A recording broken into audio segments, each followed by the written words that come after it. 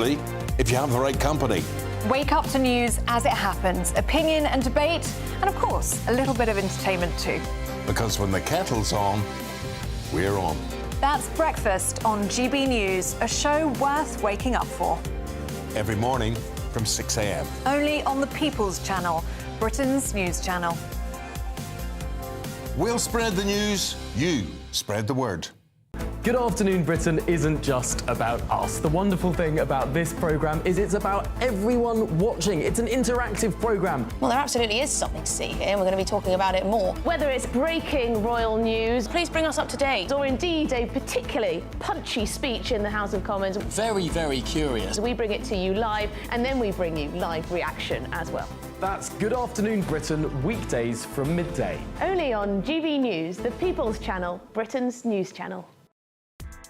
Join me, Nana Akweer, for an informative, interactive news programme with a difference. It's fun. No, he didn't say that, Dave. I'm so surprised. I think there's an element of truth to that. Join me from 3 p.m. every weekend, only on GB News, Britain's news channel.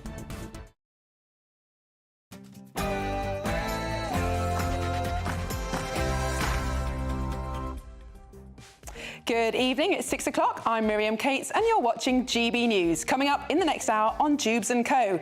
Zia Yusuf has played a critical role in propelling the Reform Party from the fringes of British politics into a serious contender to win the next general election. But yesterday, in a shock announcement, Yusuf resigned as the Reform UK chairman. We'll be digging into what's caused this latest fallout and whether Yusuf's departure will help or hinder Nigel Farage's chances of becoming Prime Minister. And in another high-profile political fallout, this time in the United States, President Donald Trump and Tesla owner Elon Musk have continued their public spat. Trump said that Musk was wearing thin, while Musk hit back with calls for Trump to be impeached. Is this just a clash of egos, or could there be more serious consequences for Musk's business empire and the Trump presidency? And it's been revealed that Downing Street is exploring new proposals for a digital ID card to crack down on illegal migration. Former Labour Prime Minister Sir Tony Blair famously tried and failed to bring in compulsory ID cards, plans which were widely opposed as a threat to civil liberties. But with around 1 million people now thought to be living in the UK illegally, is it time to revisit the issue? And should women be allowed to join clubs for men? Well, the UK Men's Sheds Association has appointed a new CEO, Caroline Ellis. Yes, a woman, and she's lost no time in calling for mixed-sex sheds. Is this a victory for gender equality or yet another attack on masculinity? We'll be debating all of that in the next hour.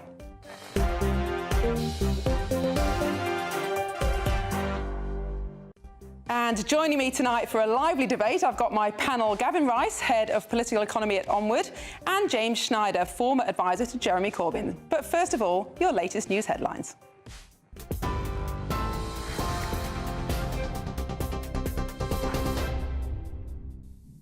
Miriam, thank you very much. Good afternoon. It's just after 6 o'clock. Here are your latest GB News headlines. Conservative leader Kemi Badenoch says Britain is being mugged over migration. In her speech this morning, Miss Badenoch claimed the European Convention on Human Rights is now being used in ways never intended by its original authors. The move follows recent government efforts to limit its influence on UK immigration cases amid growing concern that the treaty is obstructing deportation policies and legal reforms. The Health Secretary has announced nearly £450 million is being invested in the NHS in England to cut hospital waiting times. Wet Streeting says his NHS reforms aim to deliver around 40 new centres to fast-track treatment for patients, up to 15 mental health crisis assessment units and almost 500 new ambulances. It's a part of an attempt to shift patients away from A&E and avoid unnecessary hospital admissions. Wet Streeting says no patient should ever be left waiting for hours in hospital corridors or for an ambulance which ought to have arrived in minutes. Scottish Labour's Davy Russell has won the Hamilton by-election. Mr Russell took top spot with 8,559 votes. The SNP placed second with 7,957 votes, with Reform UK closely taking third with 7,088 votes. The Tories, meanwhile, dropped to just 6% of the vote share. Tottenham Hotspur have sacked manager Ange Postecoglou. The Australian-led Spurs to their first trophy in 17 years with a 1-0 victory over Manchester United in the Europa League final last month. However, the sacking follows Tottenham's woeful Premier League campaign, which saw them finish 17th in the table with over 22 defeats. The bull that was seen on loose in the streets of Birmingham has now been contained. West Midlands Police say officers were made aware of the animal in the Dewbs area at around 9:30 this morning. The force added that it worked with Birmingham City Council to ensure the animal was taken to a safe location. It's so far unclear as to where the bull even came from. Well, those are your latest GB News headlines for now. More from me in an hour's time.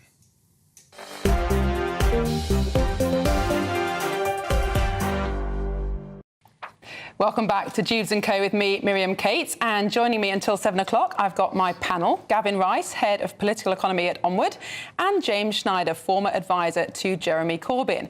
And as always, we want to know what you think about all the topics that we're debating tonight, so get your views in at gbnews.com/your say. And also, as you will have heard, we're going to be debating the Men's Sheds Association. If you have any great pictures of your own shed, please send a photo in to gbviews@gbnews.com, and we hope to show some of the best of them at the end of the show. Well, on to our first story. Last night, Zia Youssef resigned as chairman of Reform UK, fueling speculation about squabbles and splits within the party. Youssef reportedly gave party leader Nigel Farage just 20 minutes warning before he posted on X, saying, "I no longer believe working to get a Reform government elected is a good use of my time and hereby resign the office." Well, since the general election last year, Mr Youssef has widely been perceived to be Farage's right-hand man, and he's been credited with professionalising the party and helping to take Reform from the fringes of UK politics to a party with a credible chance of winning the next general election. Just 2 days ago, Youssef was busy helping newly elected Reform councils find ways to save taxpayers' money in his role as Reform's Doge leader. So why did Zia Youssef resign? Well, this is what Farage had to say on GB News last night. He's walking away from the whole political game, I suspect, never to return. And as I say, there are many other businessmen before him who've come into the politics and just decided in the end they don't want the aggro, they don't need the abuse. So, no, I think that's that. I hope I'm wrong, but, you know, as I say, I've got to find some new people. So was Zia Youssef just fed up of the stress of politics, or could there be another explanation? Well, on Wednesday, Reform's newest MP, Sarah Pochin, hit the headlines with a controversial question to the Prime Minister. Given the Prime Minister's desire to strengthen strategic alignment with our European neighbours, will he, in the interests of public safety, follow the lead of France, Denmark, Belgium and others and ban the burqa? Well, while other Reform MPs tweeted in support, Zia Youssef, a Muslim, couldn't hide his annoyance, saying, "I do think it's dumb for a party to ask the PM if they would do something that the party itself wouldn't do." So was this a policy disagreement that precipitated the resignation, or just another personality clash? Well, let's have a think about that. Gavin, starting with you, there does seem to be now a history in Reform of these personality clashes that lead to splits. Thinking back just a few months ago, that huge row with Rupert Lowe.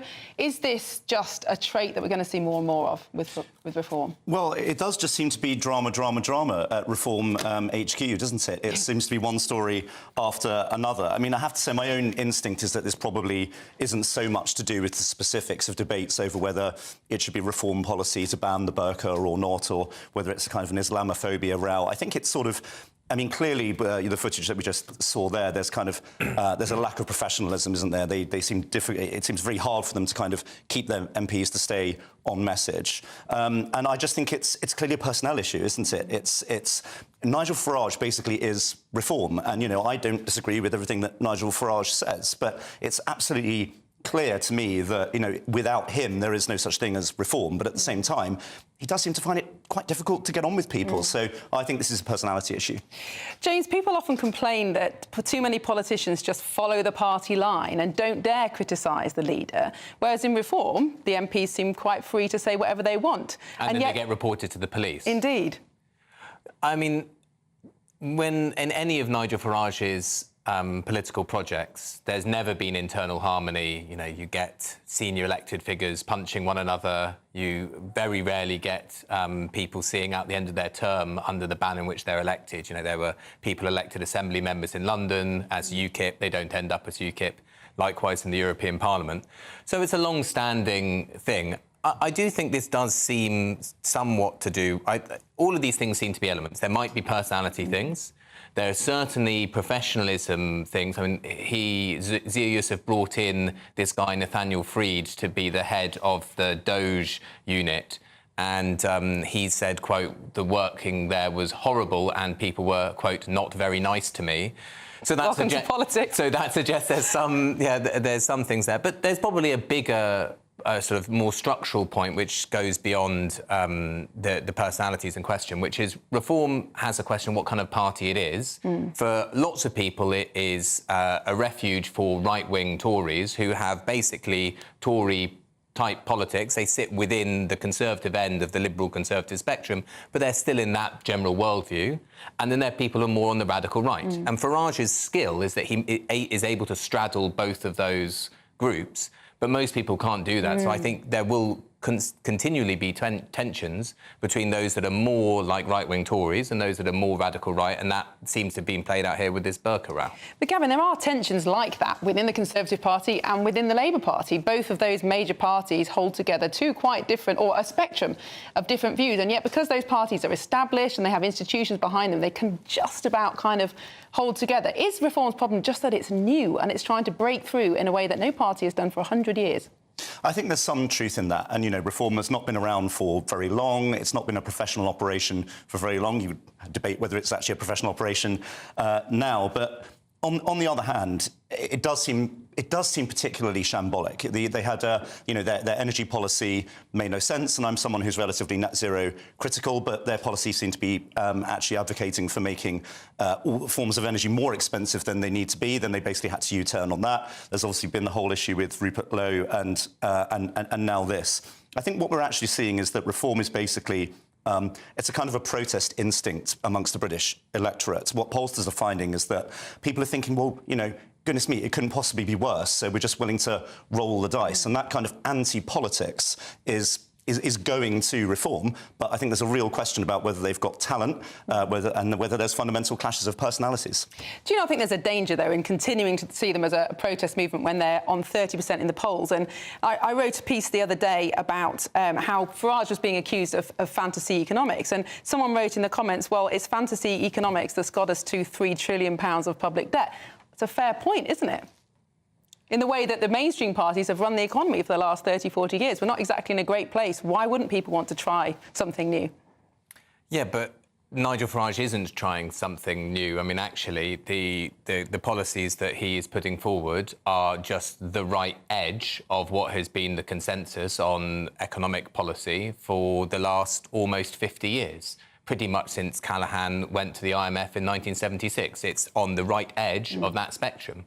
I think lots of people are, and again, if you look at the polling of Reform voters who very clearly want a big change in policy, who would like to see reindustrialisation, public ownership, higher taxes on the rich, more money for public services, increasing the minimum wage. These are all things which are not historically things that Nigel Farage has backed at all, or the Labour Party outside of the period when Jeremy Corbyn was leader, or the Conservative Party. People are desperate for some kind of change because mostly people's lives have got worse, and Reform claims to be that change. But just like the Labour Party said, we are change with no substantial change of policy, which is why they're so incredibly unpopular less than 12 months into government, the same thing would happen with Reform if they were to win. Do you think this row, Gavin, will actually affect the position of Reform in the polls? I mean, people in Westminster Village, when Rupert Lowe was kicked out, thought that it would be the end of Reform. It certainly wasn't. No, absolutely not. And I think that's because the brand of Reform is completely tied to the brand of Farage. And I think the only thing that could possibly make a serious change to the polls certainly in relation to the popularity of reform versus the Conservatives, as if Nigel Farage just magically disappeared off the face of the earth. So, you know, most people, most voters have got no idea who any politician in the country is, apart from the Prime Minister and possibly Nigel. So, you know, and also on policy, no one really knows what reforms policies are. It's all a lot of noise at the moment. I think really it's very, very closely tied to Nigel Farage's personality. Well, we will see what happens shortly. We'll be reading your views after the break, so do get them in. Well, coming up, we'll be crossing live to our reporter in Normandy, as today marks the 81st anniversary of D-Day. Plus, are digital ID cards the answer to illegal migration? See you soon.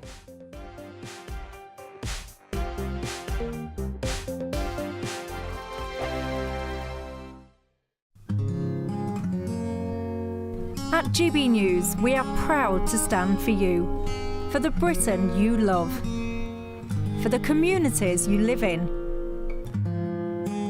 That's what makes us the fearless champions of Britain, its voices and its values. Because we, at GB News, the People's Channel, Britain's news channel. Martin Daubney, weekdays from 3 p.m. To try and get rid of the St George's flag. Well, firstly, I think a woke landing craft drove through our interview at 10 miles an hour. But answering your question, I was asked to change a whole bunch of things on that spring picture. And to this day, I don't know why. As I said previously, it was just selling very, very well. And all of a sudden, the skids hit, and I was told to remove several things for God knows why. You know, it's been selling very well, so why would you want to change it? And to this day, I don't understand. Well, as the old saying, if it ain't broke, don't fix it. So, Mike, we see there the St George's flag. Let's get the next picture up. There's a saucy window cleaner halfway up the ladder there, peeking into a soap-covered, buxom young beauty. Presumably that's also anti-woke these days. Well, you know, I have to enjoy myself when I'm drawing something. I'll sit there drawing blokes all day. So the person in the bath you made trans, fair enough. If you can't beat them, join them. And what about the Morris dancers? Well, they didn't even like Morris dancers, mate. Yeah, the other thing is you've got to remember I live in Bognor Regis, so we're used to innuendo and lunacy. So the fact of the matter is they censored your Jigsaw, you told them to go and shove it. Do you think this is, you got a quick 30 seconds, any regrets on what you did? No, not at all. I'm English, I'm very proud of my country. I don't care what anyone does. I don't want to join their club, but they're quite happy to do it. But I don't understand a professional suicide that company seemed to do by upsetting all the regulars that love doing my humour. GB News. GB News. Westminster's full of talk, but out here, it's the real world. Am I allowed to talk now? No, that's it. This is where it matters, real people and real lives. That's what politics is all about. The fact is Trump made a good start, no. Straight answers, no spin, and just a couple of pints. How many fingers have I got up? About 10. So join me for Lee Anderson's Real World every Friday at 7 p.m, only on GB News. The People's Channel, Britain's news channel.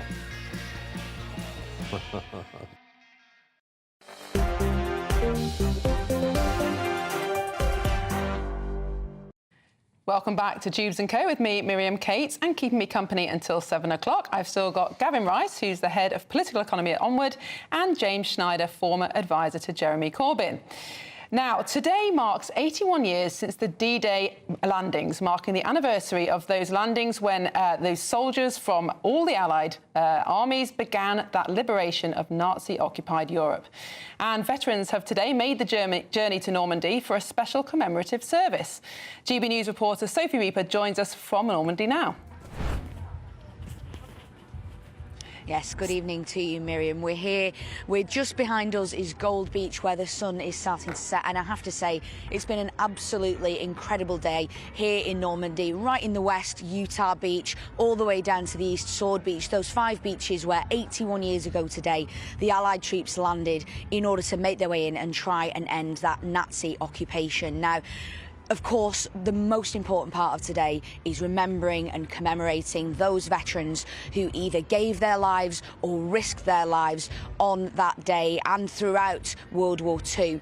So earlier we actually got the fantastic opportunity to sit down with one of those Normandy veterans, a man named Henry Rice, and he was speaking to us about his memories of landing, not on D-Day, a few days afterwards. The landing craft he was on arrived on Juno Beach, and this is what he had to tell us about his memories of that day.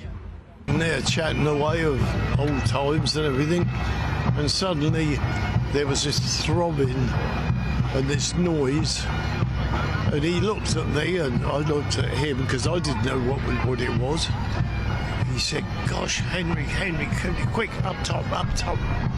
Dived up top just to see the anchor coming out of the water. You were off. And the little fishing vessel that brought us to the landing ship, and away we went. And what an incredible story there from an absolutely incredible man. He essentially ended up coming to Normandy entirely by accident. But I tell you what, Miriam, what was even more incredible was a little bit later on we came here back to Arromanches for a commemoration event which Henry was attending. And right at the end, they all began to sing Auld Lang Syne, and he got up and got involved. And we've got a little clip here that I'd love to show you, which is so very special.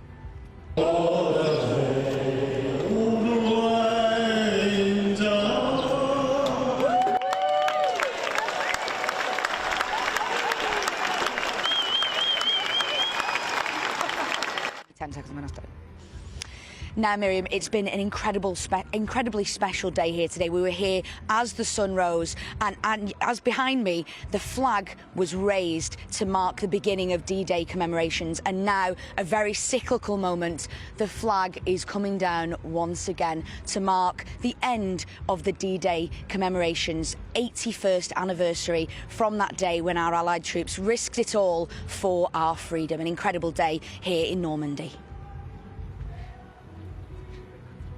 Thank you so much, Sophie. What a moving spectacle there, the flag coming down. And James, I mean, it won't be much longer until, sadly, there are no veterans left who actually fought on the beaches 81 years ago. But it's perhaps one of the most important aspects of British history, or certainly modern history. How important is it that we carry on remembering that day? Yeah, of course it is. I mean, it's a major milestone in freeing Europe from fascism. And I also think that whole generation should be remembered. I mean, those were, generally speaking, you know, very young men that were fighting. But then they came home and they were part of a generation that rebuilt the country, built the NHS, homes for heroes, public industry, and we had rising living standards for 30 years. And I think there's still a lot that we can learn from what we did then and what those people did. And Gavin, an extraordinary operation, given the limited technology that was around then 80 years ago compared to what we have now, to keep it secret or hidden from the Germans, to arrange for those hundreds of thousands of troops to travel across the Channel. I mean, just an extraordinary feat of organisation, if nothing else. It's absolutely extraordinary, and you know, if it were to happen today, you'd imagine someone would leak it immediately on Twitter, right? Yes. But yeah, it is incredible when you think what the country was capable of just. Of doing, not just kind of morally and in terms of bravery, but logistically as well. And of course, it was a phenomenal economic enterprise. If you think about all of the kind of the production that went into creating missiles and tanks and aircraft, obviously we didn't do it alone, but actually what the country was able to achieve is truly extraordinary. Absolutely. Well, of course, D-Day was the 6th of June 1944, and the German army did finally surrender 11 months later after the rest of Europe had been liberated. But although the fighting was over, the war and its aftermath have defined in many ways our culture and our politics ever since. And in particular in Britain, having witnessed the authoritarianism of the Nazis and then later the communists, we have rightly been very nervous of giving too much power to the state.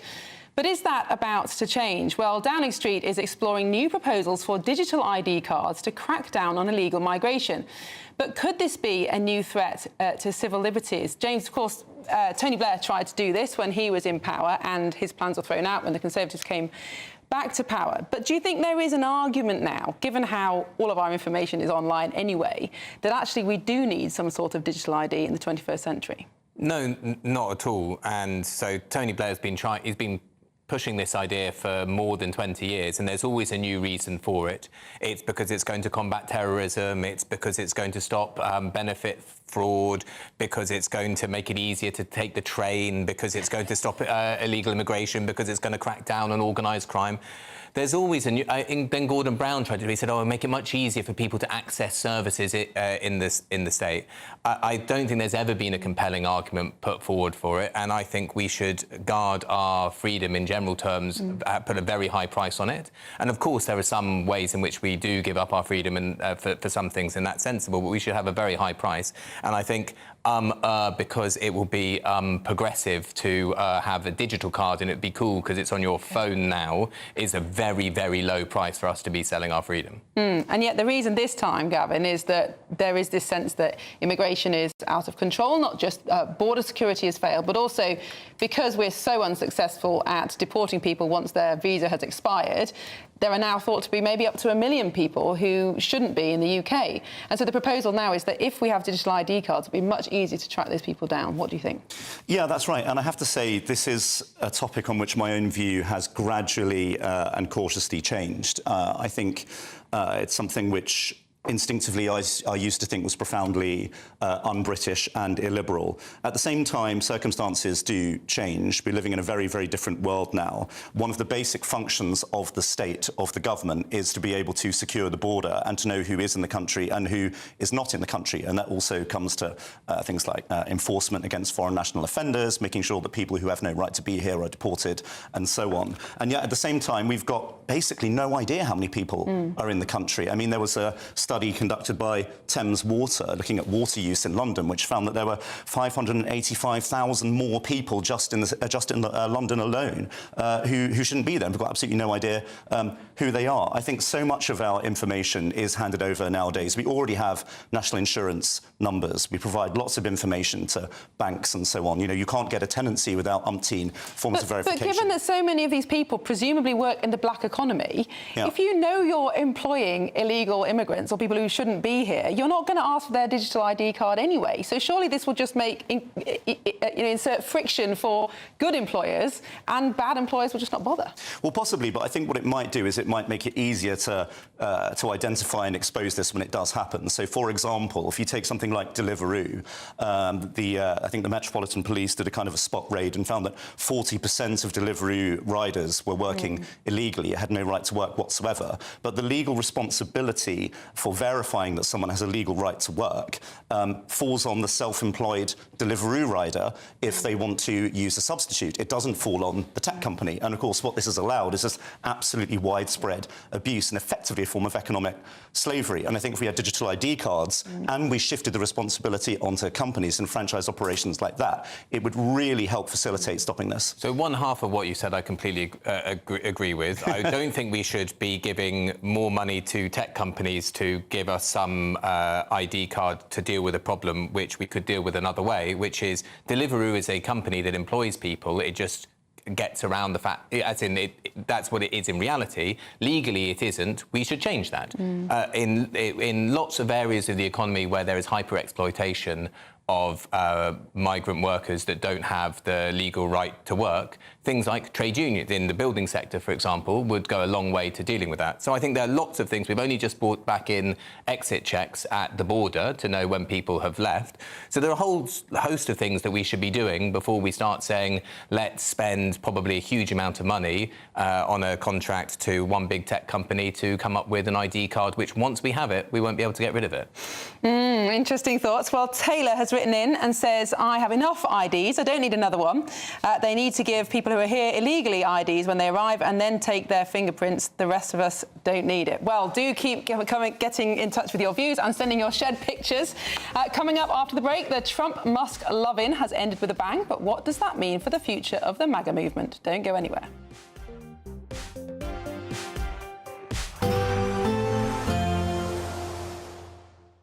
Ready to soak up that holiday sunshine? Won't we need some cover? No worries, all sorted. All Clear Travel Insurance sponsors GB News Travel Destinations Forecast. Whilst the weekend brings a lot of unsettled weather to the UK, it's going to be dry and sunny for much of the Mediterranean, although unsettled through the Alps and the south of France. It's across Iberia where it's going to be particularly sunny and hot, with the heat building day by day through Saturday, Sunday and early next week across southern and central Spain. High 30s, low 40s by early next week. Similarly hot across Italy with low to mid 30s. Plenty of sunshine across the board and staying that way into next week. All Clear Travel Insurance sponsors GB News Travel Destinations Forecast. Good evening, I'm here with your GB News weather forecast from the Met Office. Whilst there will be a few showers around on Sunday, it's on Saturday when we have the risk of the heaviest, most torrential and thundery downpours, because there's a weather system that's coming in from the southwest, a bit of forcing leading to some heavy showery rain that's going to feed its way northeastwards across the bulk of England and Wales as we go overnight. Also some showery bursts pushing in across parts of Northern Ireland and western and southern Scotland. Meanwhile, towards the east and northeast, a greater chance of staying dry with some clear skies, so turning a bit fresh here. Meanwhile, elsewhere, most places holding up in double figures because of the cloud, because of the heavy rain. Now, as we go through tomorrow morning, like I said, a generally dry picture first thing across some parts of northern and eastern Scotland. A few showers may make their way through, but it's going to be until a little bit later on before places here see some downpours. Meanwhile, across western and southern Scotland, a pretty wet start to the day, but across Northern Ireland, some rain not too far away, and it's a similar story across the bulk of England and Wales. By its very nature, showery rain will be a bit hit and miss, so there will be some drier, perhaps even brighter weather around, but always the risk of some torrential downpours pushing through, and the risk of impacts increases as we go through into the afternoon. We could see locally 10 to 15 millimetres of rain in just an hour, and rainfall totals could build up as we go through the day. So across southern parts in particular, likely to see some impacts in places. Also watch out for some frequent lightning and a bit of hail. Then as we go into Sunday, most of the showers will have cleared away. Still some across the far east to begin with. They clear away, and then there will be a scattering of showers following in, particularly across western parts, but many places will have a drier day than on Saturday, with a good chance of seeing some bright or sunny spells as well. Into next week, and a changeable theme, at least towards the north and west, potentially turning warmer in the south by the middle of the week.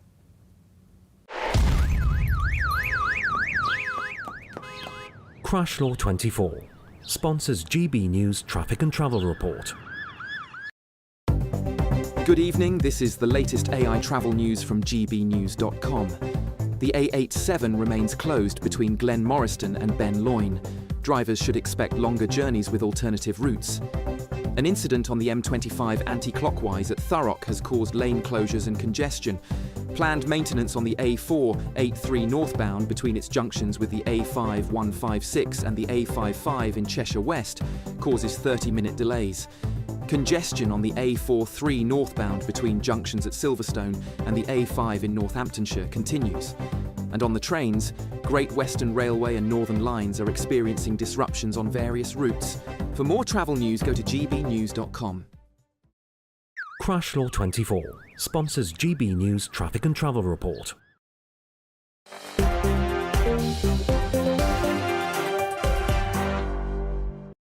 Welcome back to Dewbs & Co with me, Miriam Cates. Keeping me company until 7 o'clock, I've got my panel, Gavin Rice, Head of Political Economy at Onward, and James Schneider, former advisor to Jeremy Corbyn. Now, another major political falling out this week. Elon Musk and US President Donald Trump have publicly clashed, with tensions spilling over both online and in the White House. Well, the two have seemingly fallen out over Musk's criticism of Trump's economic policies, claiming his tariffs will cause a recession. And Elon Musk is not alone in his criticism of Trump's economic policies, with many Republicans believing that the president's tax and spend legislation, the so-called Big Beautiful Bill, will push US national debt to dangerous levels. Well, Trump hit out at Musk, saying he will terminate Musk's governmental subsidy contract to save millions of dollars, with Musk responding that SpaceX will begin decommissioning its Dragon spacecraft immediately. Well, this snowballed into Musk claiming that Trump is named in the Epstein files and even calling for the president's impeachment. Well, following this very public feud, Tesla's share price has tumbled more than 15%, marking one of its steepest declines this year. So is the Trump-Musk breakup just a personality clash between two powerful men? Or is it indicative of a deeper split within the MAGA movement? Well, James, you were just saying that it's been a truism throughout history that powerful men fall out, but it didn't used to happen in front of billions of people. No, they didn't have verbal diarrhea or hyperactive thumbs tapping into their phones where they're, what should be text messages to one another. I hate you, how could you do this? I'm going to take my toy away. Well, if you do that, I'll take your toy away. It's funny that Trump says that he's going to cancel Musk's contract, but some of Musk's contracts he actually got by suing the Pentagon. Most people don't know this. In 2013, he was so annoyed that they weren't using his rockets that he sued them and then somehow won. And they were like, OK, now we have to buy your things. Gosh, I didn't know that. So I think that while their personal beef will continue. And to be honest, did you think it would last this long before they fell out? Everyone, this story, this narrative was only going to end one way.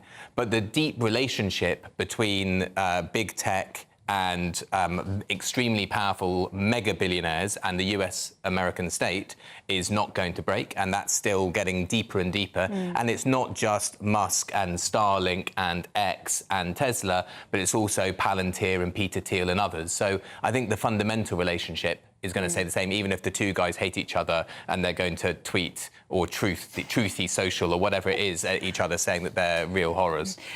James is right, isn't he? This used to be seen as quite immature behaviour, and no kind of self-respecting professional man would want to be seen to engage in this kind of tit-for-tat throwing of insults. I might do it in private, absolutely, but wouldn't want to be seen to do that. Yeah, it is all a little bit cringe and a bit embarrassing, isn't it? All I would say is that, on the other hand, I try not to romanticise the past too much when it doesn't deserve being romanticised. And in the 1980s and 1990s, our politicians were frantically briefing against each other behind the scenes via the newspapers, even in the era of Mrs. Thatcher, shall I say. Yeah. But on the serious policy point, there is this split, potentially, between the tech bros and the rest of the MAGA movement, but also, with people even closer to the movement, like someone like Oren Cass, who's very much pushed for this reindustrialisation, potentially tariffs, but he's not particularly in support of what Trump's trying to do here. I think that's right. There was obviously from the beginning a clash, not just between these two very, very big and very distinctive personalities, but different understandings of what MAGA should be. On the one hand, Elon Musk, the Silicon Valley guys as well, are sort of anarcho-capitalists and kind of want there to be, no borders and no taxes, and for the future to be one giant sort of immersive video game. And then on the other hand, you had the sort of more workers' conservatism of someone like the Vice President, J.D. Vance. And obviously these were two completely conflicting economic traditions. They just happen to be sort of bunched together within the same party. So, we've got the personnel split between Musk and Trump, or that's already happened, unless they reconcile. That's water under the bridge. But I think this ideological split is something which is yet to be played out. It's looking a bit like the first term all over again. Trump came in with Steve Bannon saying we're going to reindustrialise, we're going to have this big interventionist economic policy. They do the Muslim ban and then pass a massive tax cut for big business and millionaires and billionaires in a completely bog-standard Republican way. And now, OK, they came in, it seemed like they had a big plan, there was Project 2025, there were lots of executive orders, a lot of sound and fury. Maybe they are going to do this reindustrialisation, they're doing these tariffs, all this stuff. What does it boil down to? The one big bill, one big beautiful bill thing. It's just the repeat of the tax cuts from the last time. It's just more handouts to big business and billionaires and millionaires. And the reindustrialisation programme is actually pretty thin. So even though Musk is going off saying this is too much in the reindustrialisation, too much in trying to deal with dollar hegemony and all of the stuff which there's an element of the MAGA movement that is interested in, Trump ends up being quite normal. in a weird way. Never thought you'd say that, I Jake. mean, quite normal from within US, like standard US American But is government. this just a function of the fact that Wall Street and the tech companies are just too powerful, and there's nobody now, no democratic government that can actually break that power? Well, arguably, yes, and I actually agree with you. I think that it is kind of actually quite a classic Republican offer. I mean, I've heard Trumpism described as Reaganism in one country. You know, you basically have a kind of a completely laissez-faire, Thatcherism on steroids economy internally, and then a load of tariffs around the outside. So it could actually end up being a rather old-fashioned Republican position. Except for the fact that it is increasing the deficit, the public debt. So Republicans always do that. Reaganites always do that. Republicans always do that. Bill Clinton is the only person who balanced the budget, and that was for 1 year. Look at George Bush's tax cuts, huge increase of the deficit. Reagan did the same thing. George Bush Sr. did the same thing. And dare I say it, Liz Truss tried to do the same thing in this country when she announced £45 billion worth of tax cuts and borrowed it, or tried to borrow it. Why aren't voters more concerned about public debt? Is it because essentially they see the costs as put into the future, even though it's caused rampant inflation since the 70s? Why aren't people more exercised about governments essentially printing money? Well, I think they are when it impacts them, and I think... But, inflation, essentially, one of the big factors behind inflation is governments pumping money into the system. It's not as straightforward as government debt, because there are different types of government borrowing. So you can borrow something to invest it. We have borrowed money to build this bridge. This bridge makes more economic activity, which pays back the borrowing and then some. So we should be doing much more of that kind of borrowing. And then there are types of borrowing which is borrowing against nothing. You're basically borrowing to pay for day-to-day, everyday things, which is obviously just borrowing from the future, and that's bad. But because of how it's reported and presented as one blanket number, you've got no way of knowing, well, some of the money that we borrowed is for things which is going to generate a return, and that's good, and some of it is to give tax cuts to multimillionaires who don't need it. And part of the problem is we can't see which is which. Do you think long-term this feud between Musk and Trump is going to have any impact on the Trump presidency? I mean, obviously, Elon Musk is a very powerful man. He's going to tweet a lot and he'll be retweeted a lot. But will it make a material difference to Trump's ability to get stuff done? We shall have to see. I mean, Elon Musk is obviously one of the most famous men in the world, partly because of his association with the MAGA movement. But really, again, I think it's embodied in the person of Trump. I suspect he will forge on. What will be interesting will be to see whether a gap emerges between him and J.D. Vance on the economics. J.D. Vance so far has been extremely loyal to the Trump position, but they do actually see the world in slightly different ways. So we'll see what happens. We will see. Well, one of our viewers, Barbara, says that Musk is a genius and he knows what he's doing. Well, we shall see. Well, don't go anywhere. Coming up, we've got a different story altogether. Is it time to let women into the Men's Shed Association? And does David Beckham deserve a knighthood, or is it time to overhaul our honour system entirely? Don't go away.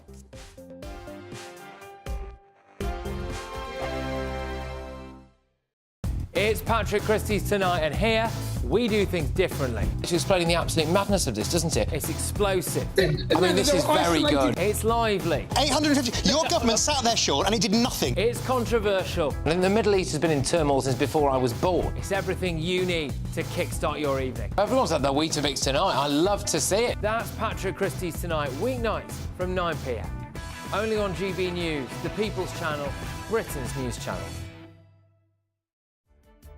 What is the state of our economy? What is the state of our National Health Service? What is the state of our schools? What on earth is going on? Understanding Britain means understanding the state we are in. This is State of the Nation with me, Matt Goodwin, Wednesdays, Thursdays and Fridays from 8 p.m. on GB News. Welcome back to Britain's Newsroom with Andrew and Beth. Hello everyone, Patrick Christys here. I'm Michelle Duke, Britain's News Channel. News Channel. Access the stories that matter to you. Take the GB News family with you on any device. And as long as you have an internet connection, tune in to GB News anywhere on the planet or beyond. GB News, the People's Channel, Britain's news channel.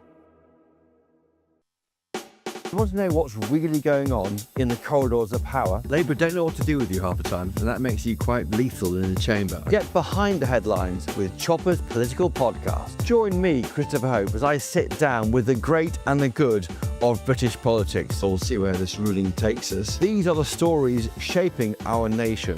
Chopper's Political Podcast, available now on all platforms. Listen in and stay ahead. Mornings don't have to be tiresome, especially if you have the right company. Wake up to news as it happens, opinion and debate, and of course, a little bit of entertainment too. Because when the kettle's on, we're on. That's Breakfast on GB News, a show worth waking up for. Every morning from 6 a.m. Only on the People's Channel, Britain's news channel. We'll spread the news, you spread the word.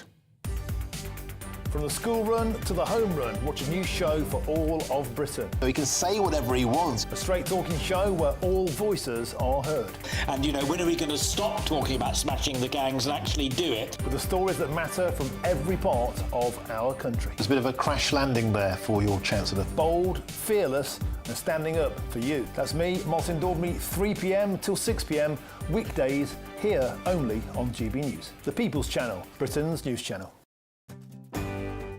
I'm Michael Portillo. This is GB News, the People's Channel, Britain's news channel.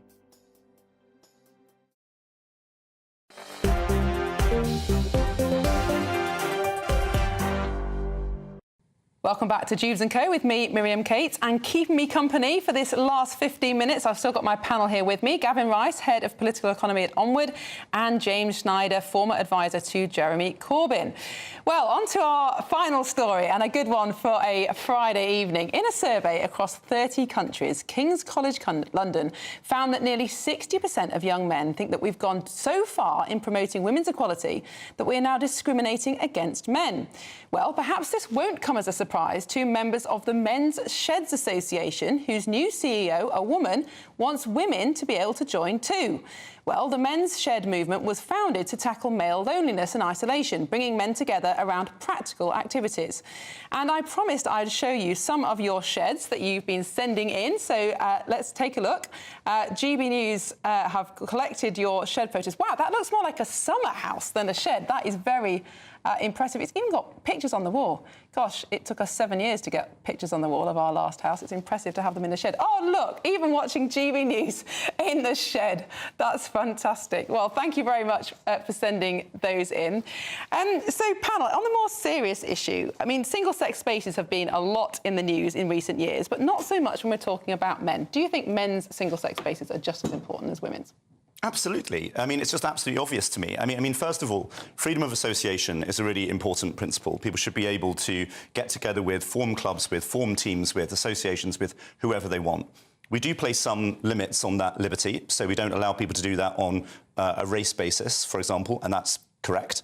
But we haven't made that decision yet over sex, and I think that's because sex is obviously a significantly more important and real thing than races, and I think it's really important that we recognise that. I think men's spaces are really important in the same way that women's spaces are really important. Men and women are different. We socialise in a different way when we're with people of our own sex, as in mixed environments. Like, talk to literally anyone and they'll confirm that is the case. Who is this harming? I just don't understand.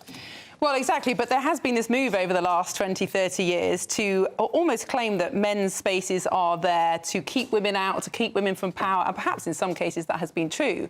But isn't there also an element that just men need to bond with other men? Yeah, I mean, first of all, to say the point about men being discriminated against, I mean, women have on aggregate, have it worse than men in society if you look at pay, rates of violence, who does more care work, childcare, all of those things. So the idea that we've already got to full equality is wrong. But that doesn't mean the way you fix all of those issues is not by saying you can't have men's mental health circles so men can talk about issues that affect men with other men, or men can't have hobby groups that they do together just as men. Of course, that's completely fine and normal and good. And having, you know, let's say you have a men's mental health circle where you're talking about men's issues, it doesn't deal with violence against women, the pay gap, the fact that women do more care work if women are in the men's mental health thing. So we are in the Dewbs Tavern now, so I don't want to pick a proper fight with you, James. But this idea about care work, you know, I read this and I think, isn't that just a very sexist assumption that care work is somehow less valuable than paid work. I mean, I would rather look after small children, especially my own small children, than work in a warehouse. Why is care work seen as less valuable? It shouldn't be. So why is it a problem, then, that women do more of it? Well, it would be if it were... I mean, it is because it's not often a fair choice. But it's what women want. I mean, 80% of women with children under 4 want to work less. So yes, and I think we should have much better childcare so that decision can be taken. I also think fathers should spend more time with their kids as well. I'm far from denigrating care work, far from denigrating time with children. I think as a society we should make it much easier for parents to spend more time with their children. I'm not saying that unpaid care work isn't valuable. I think it's extremely valuable. But I think, you know, objectively, if you're saying women earn less when they work, and as well as earning less when they work, they do more work at home and in the family. Don't they earn less when they work because of the choices they make in order to prioritise their families? On that? I mean, it's well established that the gender pay gap establishes to... it is well established that it collapses to almost, but not entirely, zero once you control for all of the other variables like type of work, hours worked, qualifications, degree choice if you're a graduate, and so on. On the discrimination point, the thing is, it is not legal to discriminate against women in the workplace, even though it may happen illegally. It is legal to do so against men because of the provisions within the Equality Act, Section 158 and 159, if you're really interested, which make it legal to discriminate against someone if they're male or if they're white on protected characteristic grounds if you believe that people with the other characteristics are underrepresented in some way, and there's no benchmarking for that. So men do feel discriminated against. Funnily enough, that's because it is actually legal to do that, right? They are. But on the sort of the social space point, I just think, for goodness sake, let people do what they want to do, let them form the clubs that they want to form, and, you know, just leave men alone and leave women alone. Well, yes. I agree. Yeah, good. We've got some agreement there. Well, we may not have agreement on this, but finally, football legend David Beckham is to be given a knighthood next week after he was named in the King's birthday honours list. But is the honours system outdated, or do you think he deserves it?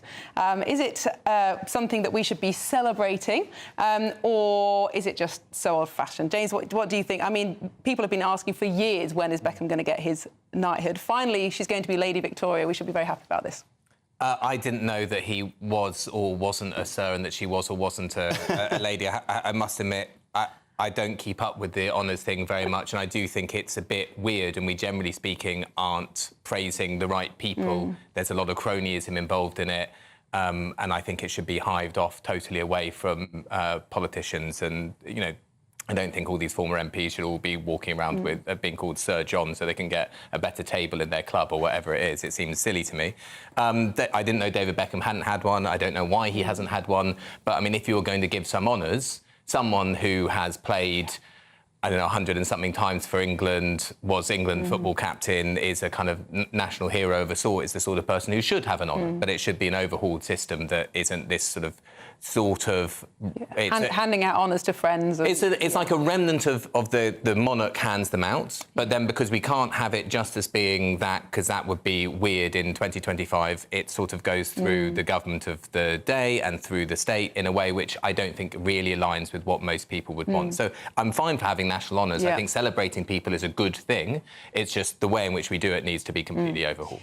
I mean, Gavin, not many people would disagree that David Beckham deserves a recognition, but looking at the other honours, and particularly being put in the House of Lords, it does seem very strange sometimes the people who are chosen for that role. You'd hope that there are people with strong professional experience, a range of different experiences in business, in politics, in medicine, in academia, but often it is just friends of the outgoing Prime Minister, for example. Well, I think that there's slightly different things here. There's the kind of the regular honour system through which an actor or a football player or scientist might be given an award, and then there's the Prime Minister's honours list that they make on resignation, which is a different thing. And that's where the cronyism does creep in. I think it's absolutely right that we've got a way of celebrating people who've done great things for their country. I don't think, for example, that just civil servants should be given knighthoods because they've served for 40 years in Whitehall. I think that is corrupt. What do you think about House of Lords? Is it... Get rid of it. Get rid of it entirely? Get rid of it. Would you replace it with any sort of second chamber? Yes, I probably would. Council of the Trade Unions, perhaps. Well, the Estates General, the National Assembly. No, I would replace it with something because it is probably a better chamber than the Commons in scrutinising legislation, but it's just so completely anti-democratic and weird that we have an appointed House of Lords who are all political appointees. There isn't really a proper process for it at all, and you're not getting the types of people that you were saying that you would want in there. So there needs to be I would scrap it and start completely again, rather than trying to... Would you have a directly elected chamber, though? I would probably have something that was very mixed, where people were elected through different mechanisms. There could be some that are through a public exam, I think. I think you could have some sortition, i.e. some people are there on lottery. I think it would be good to have a very mixed system, which is taken out of... which makes it very different from the Commons. Yes. So if the Commons is party-dominated, you want a democratic chamber which is less dominated by the party, so it can be an actual check on the legislation of the day. Because my concern would be, if it's directly elected, those peers would face exactly the same incentives as MPs to play to the next election rather than the long-term interests of the country. Well, that's right. And, you know, this debate has gone on since time immemorial about that long-term versus the short-term. I think the question that I would ask, though, is about outcomes rather than the theory. When is the last time the House of Lords actually did something that you didn't like, or that you had a particular issue with? I have one answer, which is that I thought both houses behaved disgracefully during the whole Brexit constitutional crisis. But generally speaking, the House of Lords is actually pretty good. I mean, it's crazy and mad in the way that it is composed, but actually it functions pretty well. I don't think it's brilliant, but...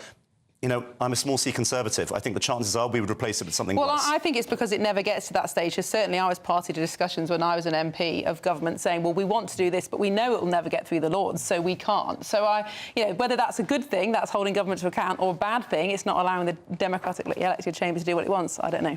I think it's good to have a second chamber. We were speaking about ID cards before. The thing that stopped ID cards back in the mid-noughties was the House of Lords.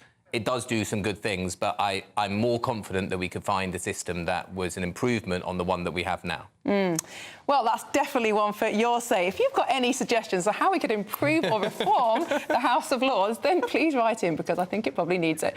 Well, thank you so much for watching Dewbs & Co. I'll be back tomorrow at 10 o'clock with Saturday Morning Live. Got a very exciting show coming up. But next on GB News, we've got Lee Anderson with his programme. Have a fantastic weekend and see you tomorrow.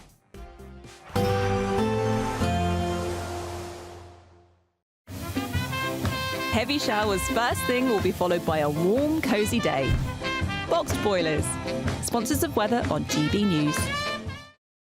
Good evening. I'm here with your GB News weather forecast from the Met Office. Whilst there will be a few showers around on Sunday, it's on Saturday when we have the risk of the heaviest, most torrential and thundery downpours, because there's a weather system that's coming in from the southwest, a bit of forcing leading to some heavy showery rain that's going to feed its way northeastwards across the bulk of England and Wales as we go overnight. Also some showery bursts pushing in across parts of Northern Ireland and western and southern Scotland. Meanwhile, towards the east and northeast, a greater chance of staying dry with some clear skies, so turning a bit fresh here. Meanwhile, elsewhere, most places holding up in double figures because of the cloud, because of the heavy rain. Now, as we go through tomorrow morning, like I said, a generally dry picture first thing across some parts of northern and eastern Scotland. A few showers may make their way through, but it's going to be until a little bit later on before places here see some downpours. Meanwhile, across western and southern Scotland, a pretty wet start to the day, but across Northern Ireland, some rain not too far away, and it's a similar story across the bulk of England and Wales. By its very nature, showery rain will be a bit hit and miss, so there will be some drier, perhaps even brighter weather around, but always the risk of some torrential downpours pushing through, and the risk of impacts increases as we go through into the afternoon. We could see locally 10 to 15 millimetres of rain in just an hour, and rainfall totals could build up as we go through the day. So across southern parts in particular, likely to see some impacts in places. Also watch out for some frequent lightning and a bit of hail. Then as we go into Sunday, most of the showers will have cleared away. Still some across the far east to begin with. They clear away, and then there will be a scattering of showers following in, particularly across western parts, but many places will have a drier day than on Saturday, with a good chance of seeing some bright or sunny spells as well. Into next week, and a changeable theme, at least towards the north and west, potentially turning warmer in the south by the middle of the week. Heavy showers first thing will be followed by a warm, cosy day. Boxed boilers, sponsors of weather on GB News.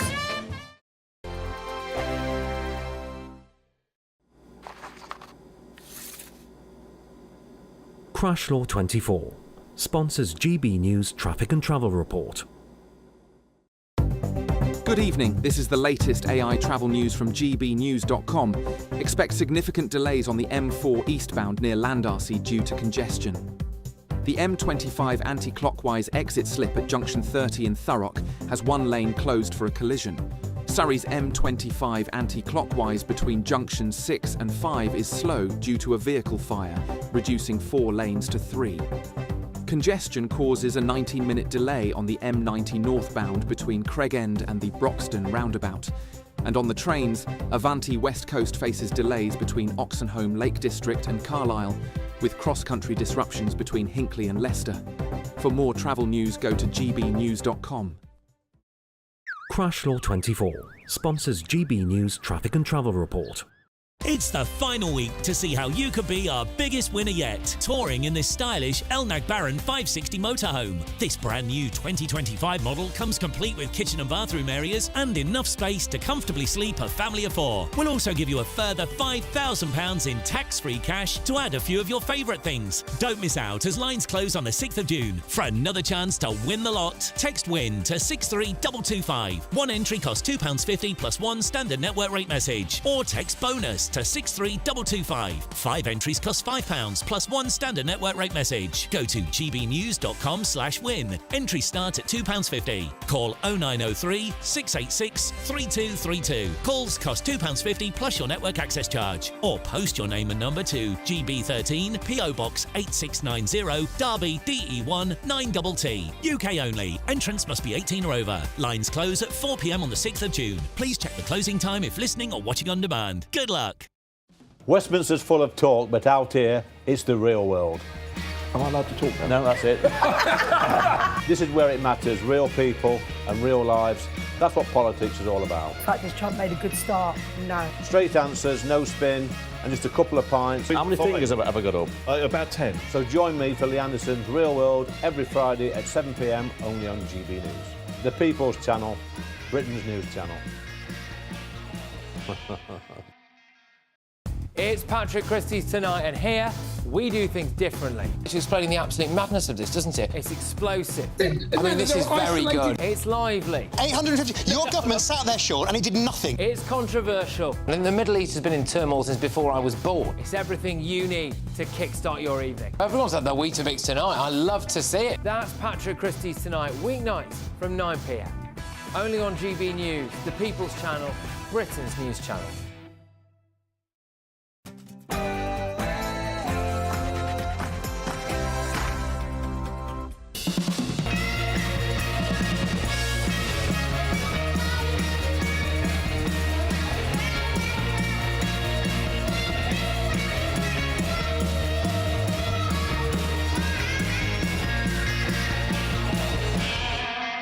Welcome to Lee Anderson's Real World. Tonight on the show, I'm joined by political commentator Charlie Rowley. He's going head-to-head with public political nuisance number 1, Andy Twalls. He's back on the show. Also got campaigner Venice Allen and professional boxer turned actor Ricardo Nathaniel. But first, let's go to the news.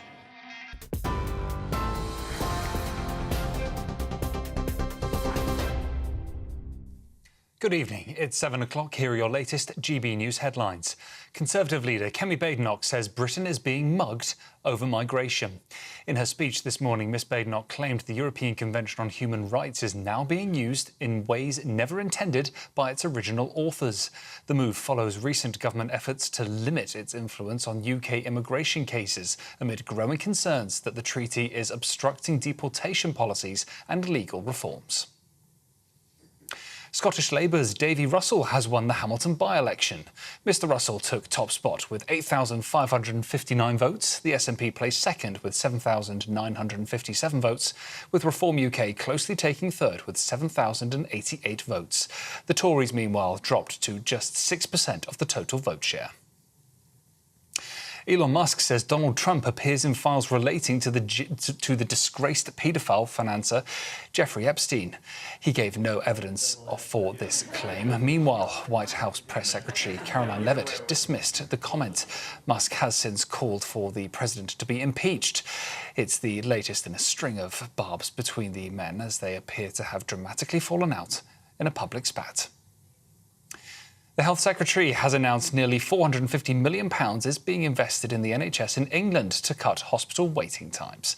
Wes Streeting says the NHS reforms aim to deliver around 40 new centres to fast-track treatment for patients, up to 15 mental health crisis assessment units and almost 500 new ambulances. It's part of an attempt to shift patients away from A&E and avoid unnecessary hospital admissions. A BBC bargain hunt art expert who failed to report a series of high-value art sales to a man suspected of financing militant group Hezbollah has been jailed for 2.5 years. Ojena Ochuko Ojiri sold artwork worth around £140,000 to Nazim Ahmed, a man designated by US authorities as a suspected financer for the proscribed terrorist organisation. Tottenham Hotspur have sacked manager Ange Postecoglou. The Australian led Spurs to their first trophy in 17 years with a 1-0 victory over Manchester United in the Europa League last month. However, the sacking follows Tottenham's woeful Premier League campaign, which saw them finish 17th in the table with 22 defeats. The bull that was seen on the loose on the streets of Birmingham has now been contained. West Midlands Police say officers were made aware of the animal in the Digbeth area at around 9:30 this morning.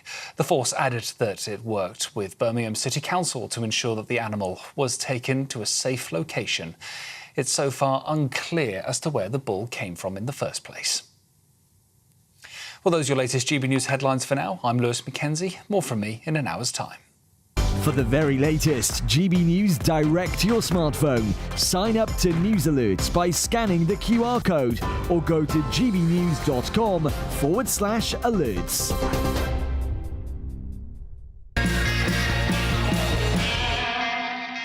Welcome to Lee Anderson's Real World. I'm Lee Anderson, the Reform UK Member of Parliament for Ashfield, the capital of common sense. Joining me tonight, we've got political commentator Charlie Rowley. Is it the third time? Second time.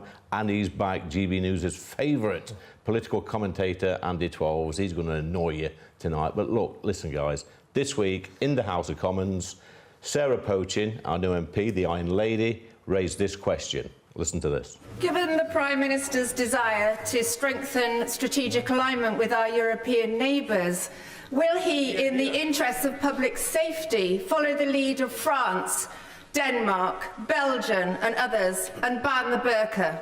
So, Andy, should we ban the burqa and go a step further and ban all face coverings in the UK? No. Explain yourself, young man. Well, I just don't think it's that. I don't think people actually care. I think people want their bills going down. I think people want better schools. I think they want the NHS to work. I think they want public services to work.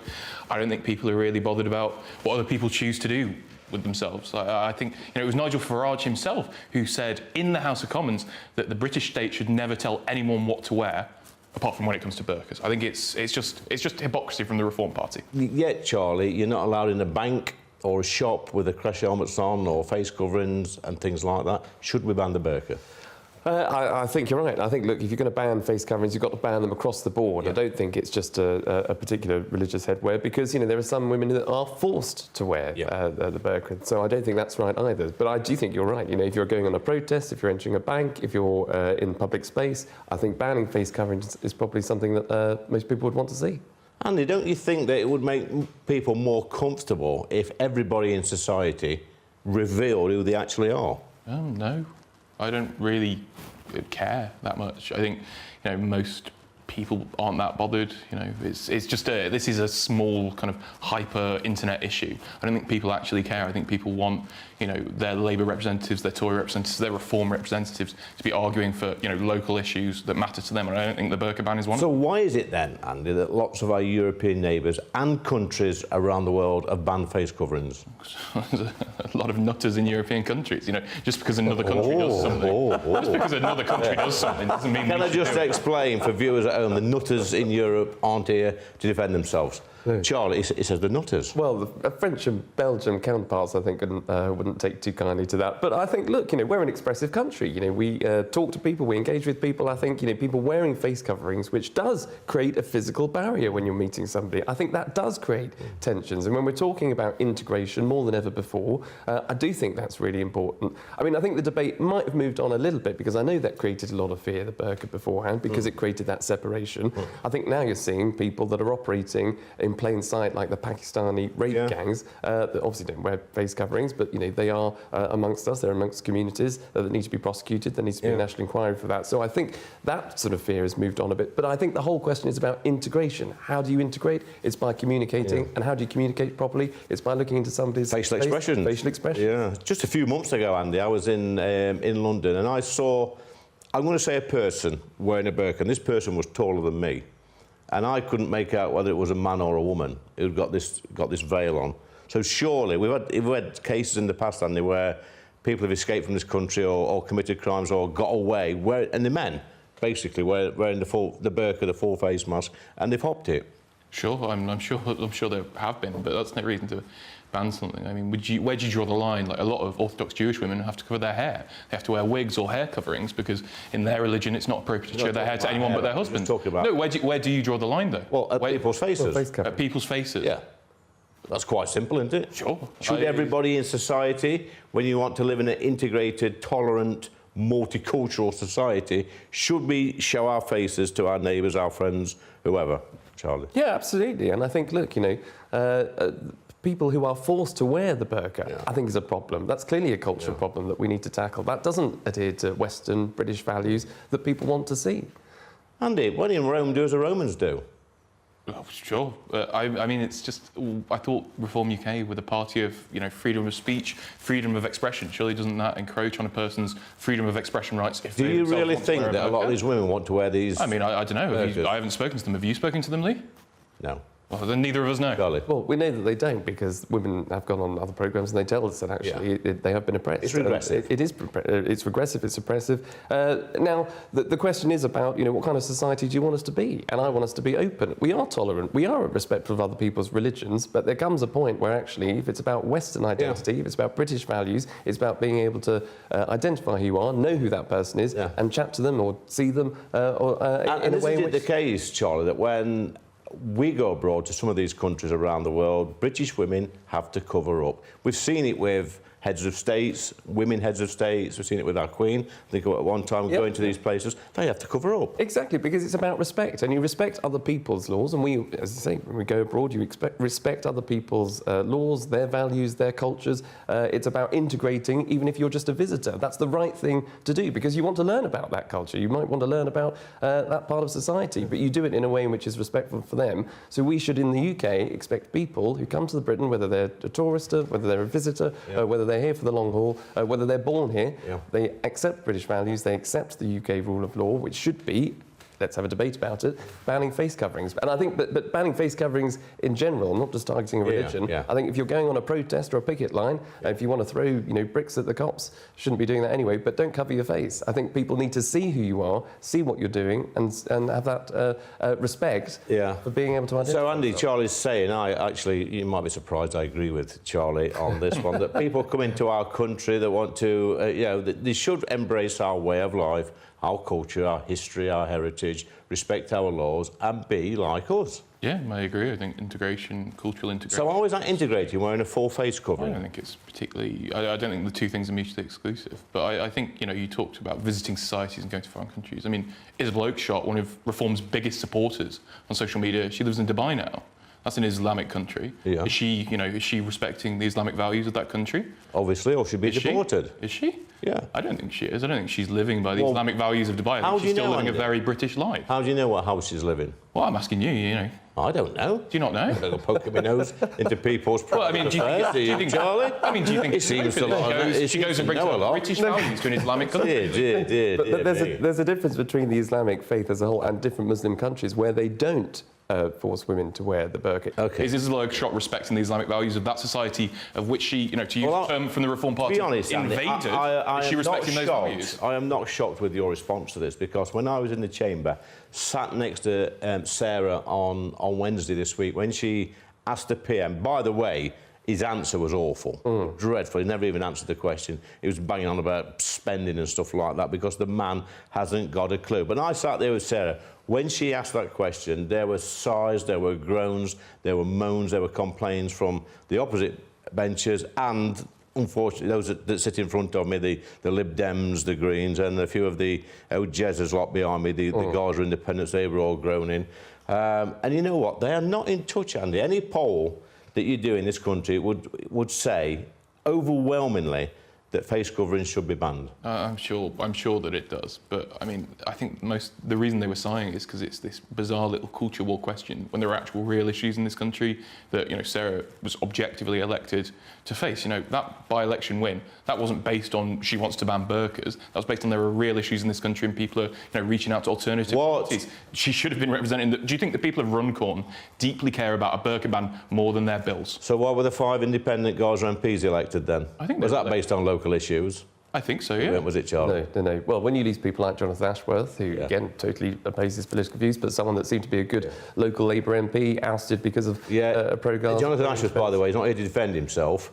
He was elected many, many times in that area because of a certain demographic of voters. But it was the same voters that ultimately led to his downfall. Exactly. And look, the people in Runcorn, to defend Sarah, I think will want to have a conversation about who's coming into this country, how are people integrating, whether it's in her constituency or yours or anywhere across the country, where you're seeing people that do come into the country from foreign countries that seem to get hotel accommodation paid for, they're coming in illegally. There are people that then are granted asylum that don't integrate, and that has And of course, Andy, Charlie's right here, because one of the big concerns in Sarah's constituency, where I went to help a campaign, was illegal migrants in hotels. Yeah, and that's a completely separate discussion to banning... Well, it's not. It's all part of the wider discussion of, people coming from different cultures, not respecting our laws, our way of life, our history, our heritage and our culture.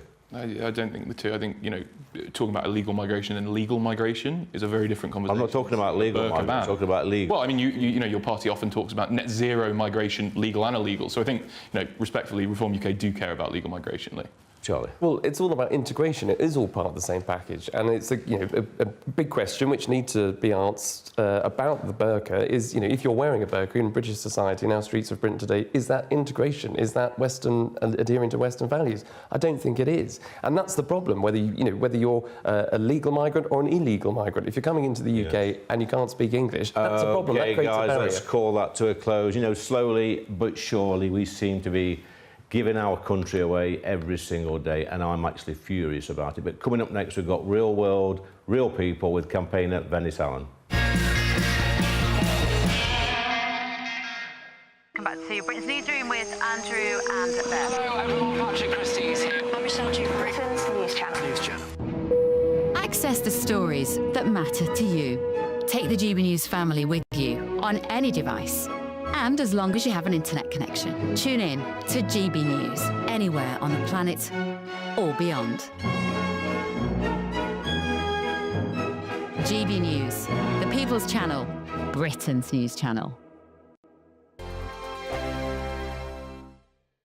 Hi, I'm Michelle Dewberry, and my show is your opportunity to cut through all the noise and dive in headfirst to some robust debates. Ideas clash. Situation, isn't it? No, because the failure is you're deliberately avoiding my point. Nothing's held back. And if you think this is the end of it, wait for more. And we do not shy away from the difficult stuff. Sometimes I want to shake people and say, if only you understood.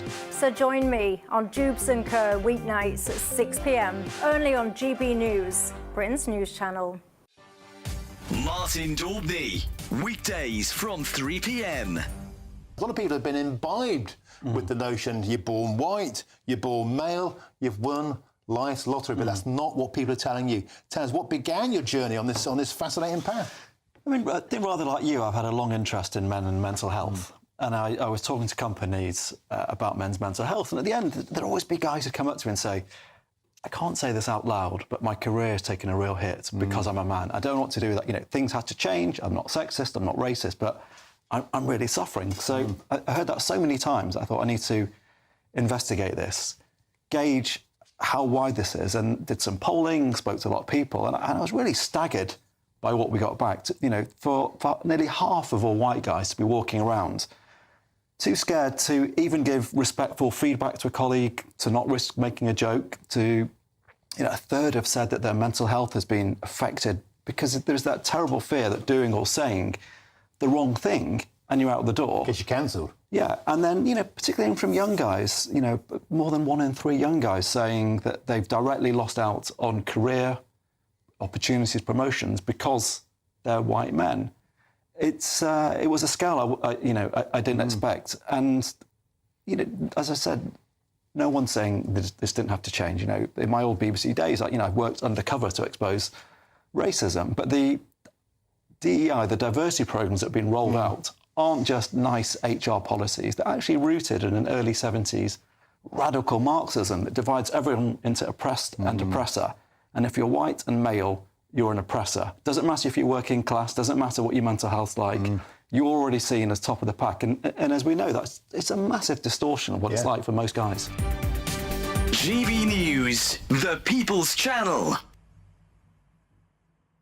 Good Afternoon Britain isn't just about us. The wonderful thing about this programme is it's about everyone watching. It's an interactive programme. Well, there absolutely is something to see here, and we're going to be talking about it more. Whether it's breaking royal news, please bring us up to date, or indeed a particularly punchy speech in the House of Commons. Very, very curious. We bring it to you live, and then we bring you live reaction as well. That's Good Afternoon Britain, weekdays from midday. Only on GB News, the People's Channel, Britain's news channel. Welcome back. It's time for Real People from the Real World. I've got Venice Allen with me tonight. You're a campaigner. That's right. And one thing that gets on your goat is the potential for a smoking ban and ban on vapes. Why is that, Venice? Well, at the moment, the tobacco and vapes bill is going through Parliament, and it's just quite extraordinary how many draconian powers that they're trying to insert into our lives.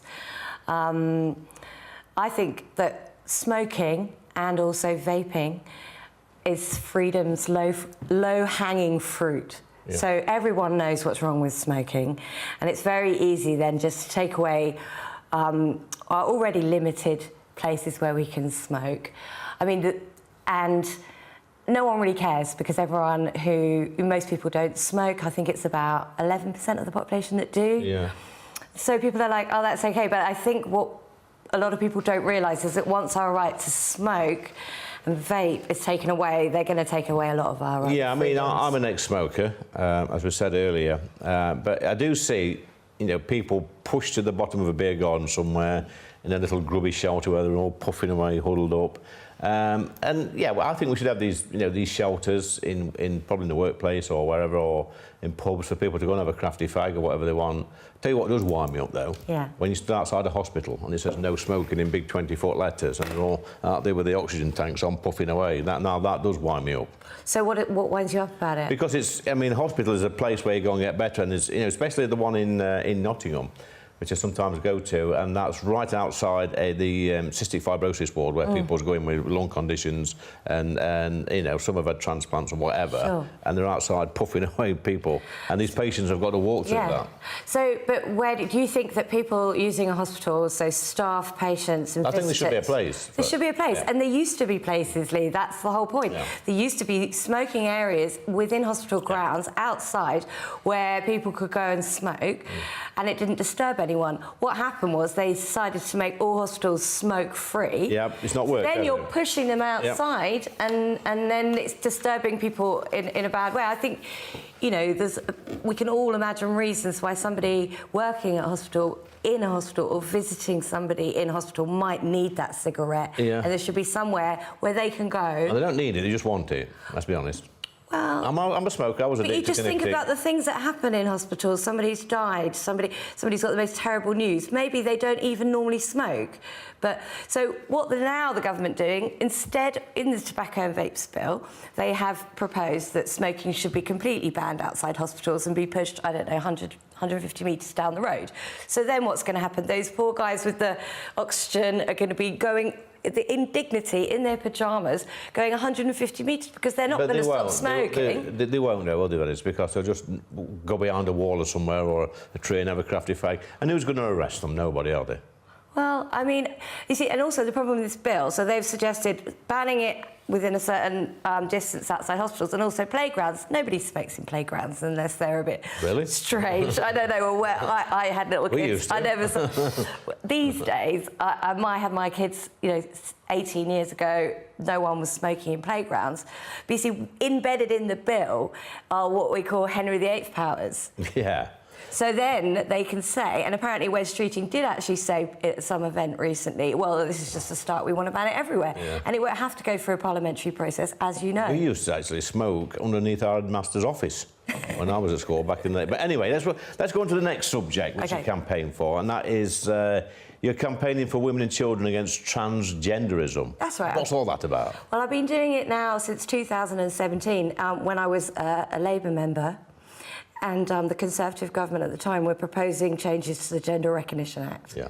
And they actually were proposing crazy changes, like just getting rid of the medical diagnosis for gender dysphoria, in order to get a gender recognition certificate. Yeah.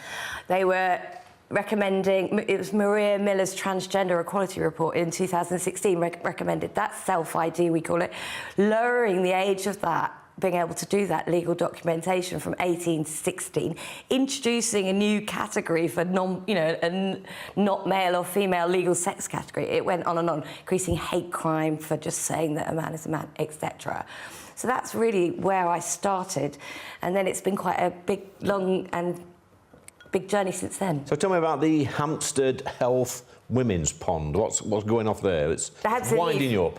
Yeah. Well, it winds me up because I've been swimming at the Hampstead Ladies Pond since I was like 21 years old. There are 3 ponds on Hampstead Heath. There's a women's pond, a men's pond, and a pond for both men and women. And it's actually 100 years ago this year that the Ladies Pond was opened. Yeah. Previous to that, women could swim at it wasn't called a men's pond, it was just the pond, and women had their little day on Wednesday for I don't know how long that happened. Seems reasonable, don't it? Well, but then in 1925 we got our own pond, and there's lots of reasons, as I'm sure you can imagine as Manly, why women don't want to go in a changing room or... So what would you say then if I rocked up next week and you're swimming in the women's pond, I rocked up with my bikini on, I've had my wax done, I've got my bikini on and just jumped in your pond? Well, as you are an MP and a TV personality, I actually think that could be a really successful stunt that we could do together, Lee. But no, if you were just a normal guy, but that's what happens. I've seen them in there many times. I've actually stopped using the ladies' pond now. Do you think they're doing it to wind you up? No, I don't think they've done it to wind us up. I think that the City of London, especially, like many institutions, has been completely captured by trans as an ideology. Just look at its Pride Month right now. Look at the buildings that have got these stupid flags everywhere. Well, I agree with you on that. They are stupid. Even in where I've been stopping this week, they've got the big pride, angel feathers everywhere. I'm thinking, really? Yeah, have a Pride Day, but a full month? What's all that about? It's ridiculous. I think, when it was gay and lesbian pride, like you say, a parade. Yeah. But you see, even those parades now are just absolutely disgusting. They're full of, men and dressed up like dogs, walking along, with leads on.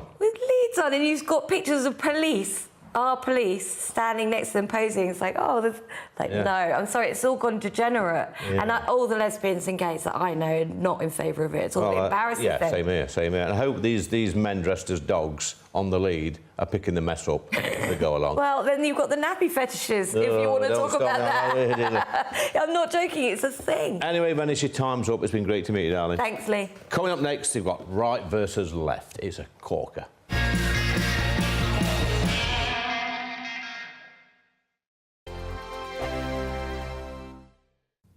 Good evening, I'm here with your GB News weather forecast from the Met Office. Whilst there will be a few showers around on Sunday, it's on Saturday when we have the risk of the heaviest most torrential and thundery downpours, because there's a weather system that's coming in from the southwest, a bit of forcing leading to some heavy showery rain that's going to feed its way northeastwards across the bulk of England and Wales as we go overnight. Also some showery bursts pushing in across parts of Northern Ireland and western and southern Scotland. Meanwhile, towards the east and northeast, a greater chance of staying dry with some clear skies, so turning a bit fresh here. Meanwhile, elsewhere, most places holding up in double figures because of the cloud, because of the heavy rain. Now, as we go through tomorrow morning, like I said, a generally dry picture first thing across some parts of northern and eastern Scotland. A few showers may make their way through, but it's going to be until a little bit later on before places here see some downpours. Meanwhile, across western and southern Scotland, a pretty wet start to the day, but across Northern Ireland, some rain not too far away, and it's a similar story across the bulk of England and Wales. By its very nature, showery rain will be a bit hit and miss, so there will be some drier, perhaps even brighter weather around, but always the risk of some torrential downpours pushing through, and the risk of impacts increases as we go through into the afternoon. We could see locally 10 to 15 millimetres of rain in just an hour, and rainfall totals could build up as we go through the day. So across southern parts in particular, likely to see some impacts in places. Also watch out for some frequent lightning and a bit of hail. Then as we go into Sunday, most of the showers will have cleared away. Still some across the far east to begin with. They clear away, and then there will be a scattering of showers following in, particularly across western parts, but many places will have a drier day than on Saturday, with a good chance of seeing some bright or sunny spells as well. Into next week, and a changeable theme, at least towards the north and west, potentially turning warmer in the south by the middle of the week. Mornings don't have to be tiresome, especially if you have the right company. Wake up to news as it happens, opinion and debate, and of course, a little bit of entertainment too. Because when the kettle's on, we're on. That's Breakfast on GB News, a show worth waking up for. Every morning from 6 a.m. Only on the People's Channel, Britain's news channel. We'll spread the news, you spread the word. From the school run to the home run, watch a new show for all of Britain. He can say whatever he wants. A straight talking show where all voices are heard. And, you know, when are we going to stop talking about smashing the gangs and actually do it? With the stories that matter from every part of our country. There's a bit of a crash landing there for your Chancellor. Bold, fearless and standing up for you. That's me, Martin Daubney, 3 p.m. till 6 p.m, weekdays, here only on GB News. The People's Channel, Britain's news channel. It's time for Right versus Left with Andy Twelves, my old mucker from Mansfield, and Charlie Rowley, political commentator these days, aren't you, Charlie? I am, yes. So this week we saw a man in court convicted, fined for burning a copy of the Quran, and I've got it somewhere here written down because it's a real mouthful. He was done for a religiously aggravated public order offence. What a mouthful that is, Charlie. Is that blasphemy through the back door? I think so, yes, yeah. I mean, it was classified as something else, then technical sort of change, but essentially somebody's been charged for having a view against another particular religion. Now, if this was the Bible that was burnt somewhere else, or if somebody was chanting against the United Kingdom, chanting against an institution, whether it's a religion or a country, as opposed to a person, and this is the crux of it, you know, you're all of a sudden going to get charged. That removes freedom of speech. That now means that they do have blasphemy laws in this country because you can't express your own opinion against a state or a religion. And I think that's a backward step. Is this, Andy, another example of a two-tier justice system? I think if it's a two-tier justice system, it's been around since at least 2019. That was the first time one of these offences was charged in a court. Someone was fined, briefly in prison, but on a suspended sentence. You know, and that was under the Tory government. So I don't think this is one of what is he, two-tier Keir, you call him. I don't think this is Keir Starmer's fault. I don't think this is Lord Hermer's fault. This is just. There was precedent set in 2019 and it's continued. Whose fault is it then, Charlie? Well, Lord Hermer's got a lot to answer for at the minute, so we'll let him off this one, mate. But you know, there's a lot else that he's responsible for.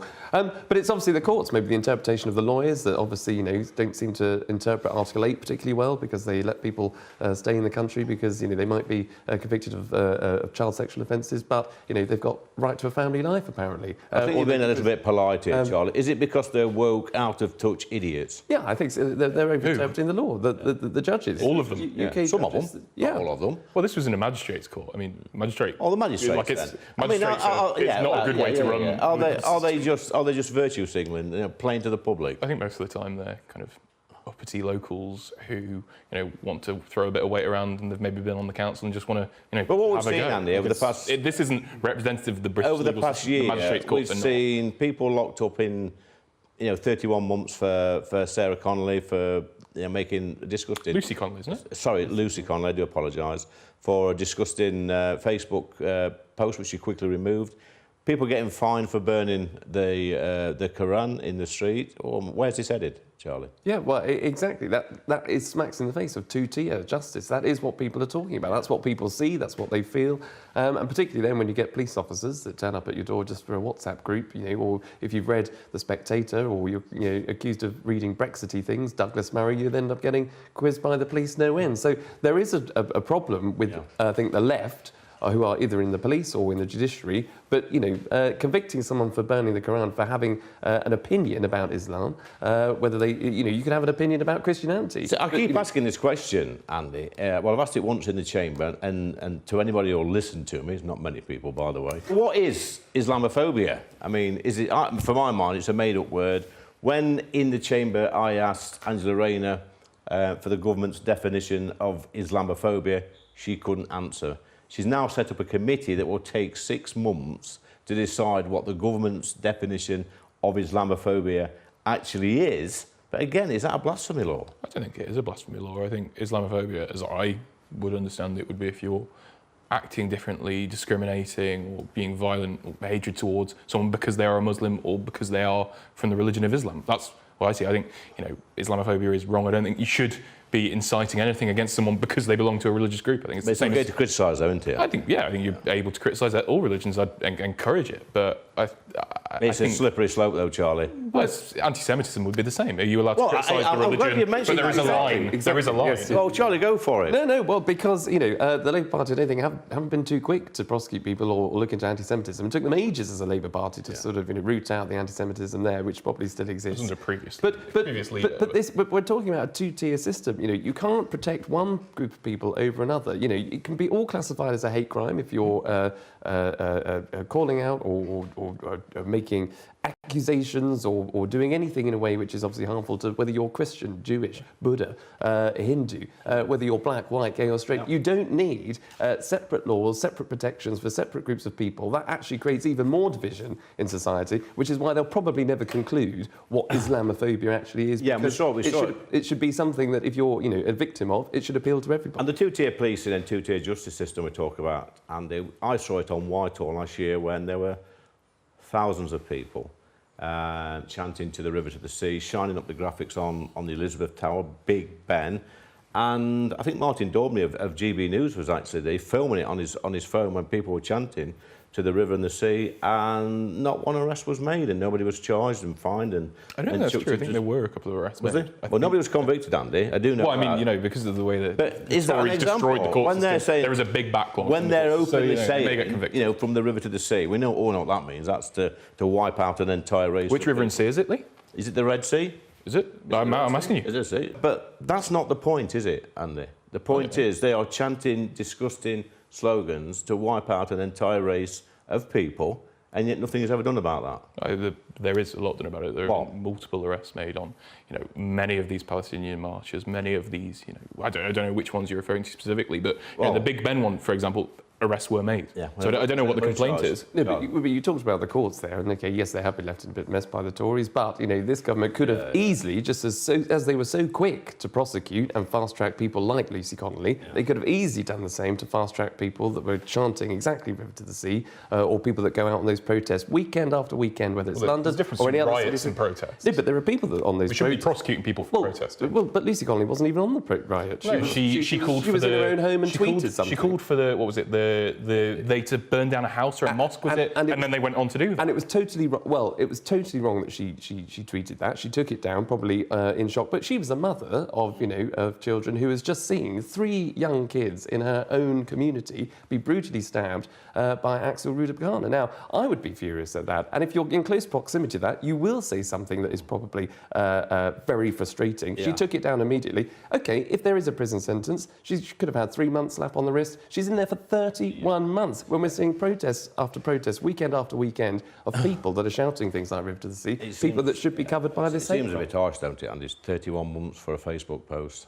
Oh, I'm not a solicitor. I'm not a judge. No, I don't think any of us but are. it's not. We have no, you're not no a idea about legal opinions. or a judge, Andy, but you are a guest on my show, and you are paid to have an opinion. I don't have an opinion on Lucy Connolly. I think I see Lucy Connolly the same way I see Niqab. I think people should be allowed to say what they want, but you've got to know that there are consequences. Yeah, consequences, Charlie. Well, yes, and look, she suffered, but 31 months. Can I ask you a question, guys? Have you ever tweeted or put something out on Facebook which you've later deleted? Yes. No. No, I don't Never think so. deleted a tweet? Only maybe because of a spelling mistake or something like that. But that's a killer, isn't it? But I'm far too cautious. I'm not a social media. I'm not of that. I should be of that age, but I'm just not. Do you think we should all have a breathalyzer on our phone to blow into before you tweet? Oh, absolutely not. No. No? My Twitter feed would be empty. No. So, which tweet did you delete, Andy? Oh, I had many tweets. Many tweets. Well, I think as a former special advisor who used to advise ministers, I think there was always that count to 10, draw a breath before you actually tweet. So maybe I'm just built into. I mean, you've worked in government, Charlie. Do ministers actually tweet themselves? A lot of them do. I think you can tell the ones that do because they're doing it in real time, or they're actually sort of, they speak what they read is actually how you can see them speaking it. But often it's suggested by advisors, and maybe it's checked amongst a group before it actually gets posted. This is the thing, though. So when you put something on Twitter, the whole world sees it. It's not like saying something in a pub like this on a Friday night, where if Lucy Connolly had actually said that in a pub, she'd have probably got away with it, wouldn't she? I mean, I suppose it depends, but I don't think she should say it. No, I in a don't pub. think she should say it. I think. No, but she'd have probably got away with it, wouldn't she? Maybe, but I mean, the real crime is being stupid enough to get caught, isn't it? But this is the whole point about the blasphemy laws through the back door. We could be in a pub talking about different religions. We could be criticising things like the Burka, where we might think that that's wrong, and it creates a barrier to society. All of a sudden.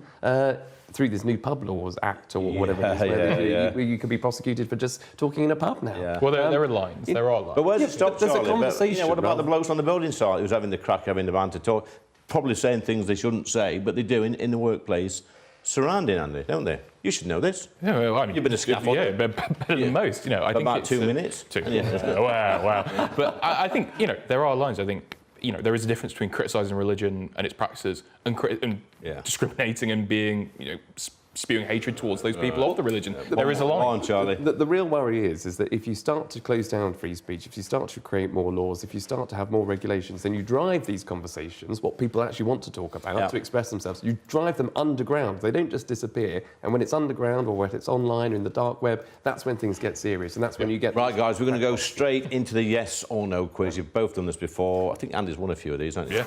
He's not bad at it. Not sure how you did on this last time. I think I tied last time. We were 4-4 because we both couldn't... So, number one, Charlie, should face coverings be banned in the UK? Yes. Andy? No. Andy, is the Labour government doing a good job at the moment? Yes. He needs a face covering on because he kept a straight face. Same one to you, Charlie? No. Charlie, should we scrap the Police and Crime Commissioner roles? No. But I'm happy to explain why. But I said no. You need to control yourself, mate. You need to control it. I can't give you that. Andy? Yes. How are you going to let him win? Anyway, Andy, should net zero be scrapped? No. Charlie, what have you done? Should net zero be scrapped? Yes. Last question to you, Charlie. Will Starmer smash the gangs during this Parliament? No. Yes. Andy? I think that was a pretty good performance, that. Can we go back to the Police and Crime Commissioner ones? Because this is a made-up job, I think. I mean, the ones I've actually dealt with in the past, or I can think of one in particular, but that Police and Crime Commissioner is not here to defend themselves. Notice I didn't give the gender away, but they've been awful. Absolutely awful. Yeah, I think, you know, it's a role of a bygone time. I don't think, you know, the responsibilities are clear. I don't think they have the right powers for the job. When you imagine a police and crime or a police and fire commissioner, imagine they would be in charge of, you know, the way that the funding is done, the way that they, you know, actually, like the Met Police Commissioner. You'd imagine them being a serving police officer, something like that. I think it's... which he is, isn't well, he's not the Commissioner of the Metropolitan Police, he's the Police and Fire Commissioner of London, but I think it should be a police role. I don't think it should be a political role. Charlie?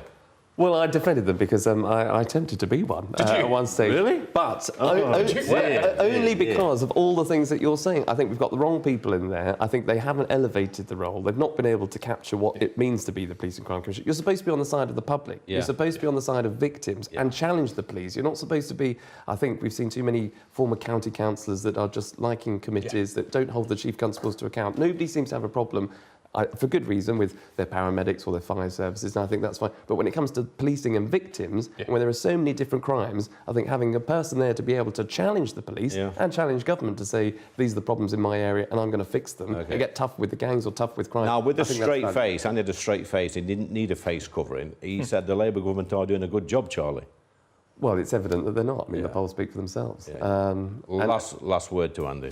I mean, you know, election 4 years away, polls don't massively matter. No, the polls don't matter, says Andy Tolls.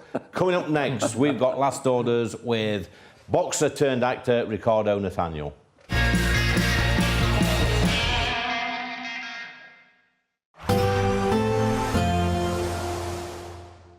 Can't wait to get in that sea. Lovely and warm. Just like the feeling of having great travel insurance. All Clear Travel Insurance sponsors GB News Travel Destinations Forecast. Whilst the weekend brings a lot of unsettled weather to the UK, it's going to be dry and sunny for much of the Mediterranean, although unsettled through the Alps and the south of France. It's across Iberia where it's going to be particularly sunny and hot, with the heat building day by day through Saturday, Sunday and early next week across southern and central Spain. High 30s, low 40s by early next week. Similarly hot across Italy with low to mid 30s. Plenty of sunshine across the board and staying that way into next week. All Clear Travel Insurance sponsors GB News Travel Destinations Forecast. In the GB Newsroom, we bring you the news as it happens. With our team of dedicated journalists across the UK, we're ready to keep you up to date with what's happening every half an hour, every single day. Bulletins here on GB News, the People's Channel, Britain's news channel. Mornings don't have to be tiresome, especially if you have the right company. Wake up to news as it happens, opinion and debate, and of course, a little bit of entertainment too. Because when the kettle's on, we're on. That's Breakfast on GB News, a show worth waking up for. Every morning from 6 a.m. Only on the People's Channel, Britain's news channel. We'll spread the news, you spread the word. From the school run to the home run, watch a new show for all of Britain. He can say whatever he wants. A straight talking show where all voices are heard.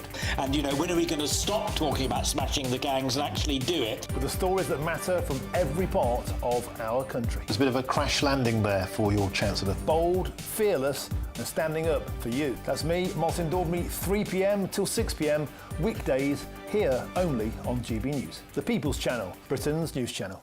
Westminster, the ultimate clique. And you're fighting like rats in a sack. But here on the Camila Tomminy Show, we ask the questions the establishment media is too scared to ask. OK, let me ask you a straight question, because I know you're a straight-talking politician. Whether it's net zero, illegal immigration or law and order, nothing is off limits. You had the power then.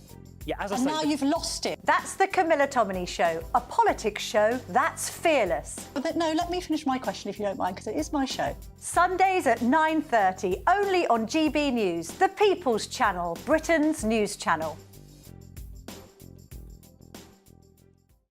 Hi, I'm Michelle Dewberry, and my show is your opportunity to cut through all the noise and dive in headfirst to some robust debates. Ideas clash. Situation, No, isn't it? Because the failure is... You're deliberately avoiding my point. Nothing's held back. And if you think this is the end of it, wait for more. And we do not shy away from the difficult stuff. Sometimes I want to shake people and say, if only you understood. So join me on Dewbs & Co. weeknights at 6 p.m, only on GB News, Britain's news channel. It's Patrick Christys tonight, and here we do things differently. It's explaining the absolute madness of this, doesn't it? It's explosive. I mean, this is very good. It's lively. 850. Your government sat there, Sean, and it did nothing. It's controversial. And the Middle East has been in turmoil since before I was born. It's everything you need to kickstart your evening. Everyone's had their Weetabix tonight. I love to see it. That's Patrick Christys tonight, weeknights from 9 p.m. Only on GB News, the People's Channel, Britain's news channel. Come back to Britain's Newsroom with Andrew and Beth. Hello everyone, Patrick Christys here. I'm Michelle Dewberry. Britain's news channel. News channel. Access the stories that matter to you. Take the GB News family with you on any device. And as long as you have an internet connection, tune in to GB News anywhere on the planet or beyond. GB News, the People's Channel, Britain's news channel.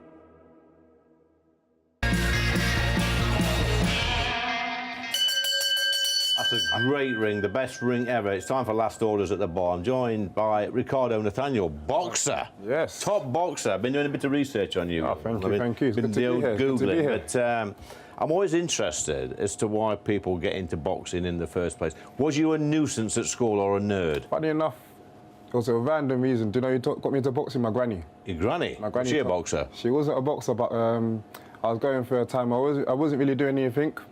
And she wanted me to start a sport. And she recommended boxing because Chris Evangelou. Yeah, I know Chris, She knows him. She wanted me to do it because of him, and then I thought if I start boxing, I could get bigger, but yeah, it was the Did opposite. you get taller? I didn't get taller, and I got more skinny.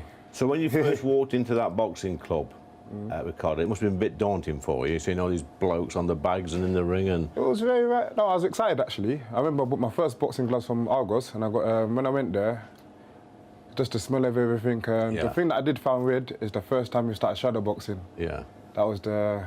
But after that, it was just... So what would you say to a young man now, 12, 13, 14-year-old, wants... He's not sure where he wants to go in life, get into a bit of mischief and stuff like that. What would you say to him to get him into that boxing gym? To get him into a boxing gym? Yeah. I've got to make him like it first. Yeah. I'll say learn it for the discipline, not just the discipline on how to it teaches how to read people. Yeah. Read people whether it's in a job or on the street. So it's not just about knocking lumps out of each other. It's a big learning step. Yeah. A big learning process. So. And when did you realise how good your fitness levels were? I realised. It does make you really fit. I realised.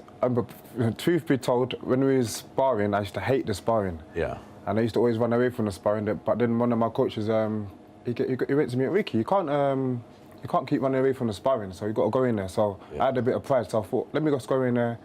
I'm not going to get hit, and then just get through the round. Yeah. So I was in there, bobbing and weaving, didn't get hit. So I thought, oh, this is all right. So I started throwing some shots out. I was landing some shots. So I was like, how could I do this? Just not get hit and keep landing those shots. So and that's how I always came out of a fight without a black eye, bloody. So you got pretty good at it, and then you started having some amateur fights. Yes, to have amateur fights. Then I went down the IBA route, which is a semi-professional. Yeah. Then had 18 of those, and then turned professional.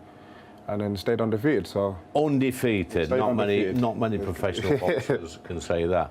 But then from boxing to personal training, yes. acting, yep. And now you're in a film, aren't you? Yes, we're in a film called Salvable. It's out in America, but I think it's out in the UK. I think June 11th. Okay. As a boxing film about it's with Toby Kebbell and Shia LaBeouf about a guy that wants to. He's at a plateau in his life, and he wants to find himself, whether it's through, I don't want to give the story away, whether it's through boxing or reconnect with his daughter. So, make sure. So, do you think that's where your future lies now, in the acting industry? Well, definitely, I've got a passion for it, so definitely I hope so. And I feel like I like like in the gym, I'm a showman. I like to you should put show my off, personality out. nothing wrong with that, so, If you're good at it, mate, why not? That's it. So we'll get there. Let's talk about boxing films then. Now you're a boxer and an actor. Yes. And a film star. Yes, we're trying. I want to ask you a question you asked me earlier. Yes. What's your 3 favourite boxing films? 3 favourite boxing films. One's the Creed 2. Creed 2, but my first #1 film will be $1 Million Baby. Yeah. Boxing. That's Clint Eastwood film, isn't it? Yeah. And then second will be Creed 2. Yeah. And the third will be, I think, Rocky 4. Which one's that, Rocky 4? The Russian, Ivan Drago. Drago, yeah. It's what's his name? What's the actor's name? What's his name? Anybody? Come on, team. That's him. You've got the sound man, Chris. Dolph Lundgren, that's him, yeah. He's been in quite a few of them films, but no. Right, we've got you behind the bar. You know the score. You've got to pick one of those coloured glasses up there, Ricky. Okay. And you're going to pull a pint of neck oil, which is that one there. Yeah. You've got 30 seconds to bear in mind, I don't drink. Mate, no excuses, no excuses. God. You've got 30 seconds to pull the perfect pint. If it's rubbish, you will be told it's rubbish. Oh, it is, it's rubbish, yeah. Keep going, mate.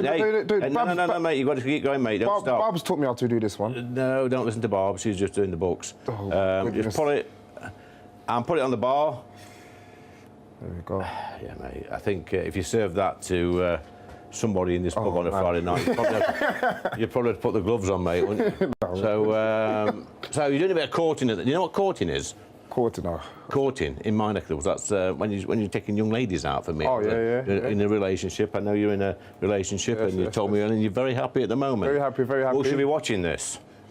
She should be. I hope so. Yeah. Well, let me tell you, he's a very nice man. But seriously, mate, moving on, you talked to me previously about mental health and about a local good cause that you're involved in. Because a young lad in your community took his own life, didn't he? So basically, in lockdown, there was a young child. Well, there's loads of children that was on social media and on the iPads, but one of them got caught in a little bubble when he committed suicide. So his dad made a charity just to keep kids off the iPads as much. Yeah, just looking after kids, trying to distract them from social media and off the iPads a bit, whether it's through dance clubs, sports events, boxing, roller skating.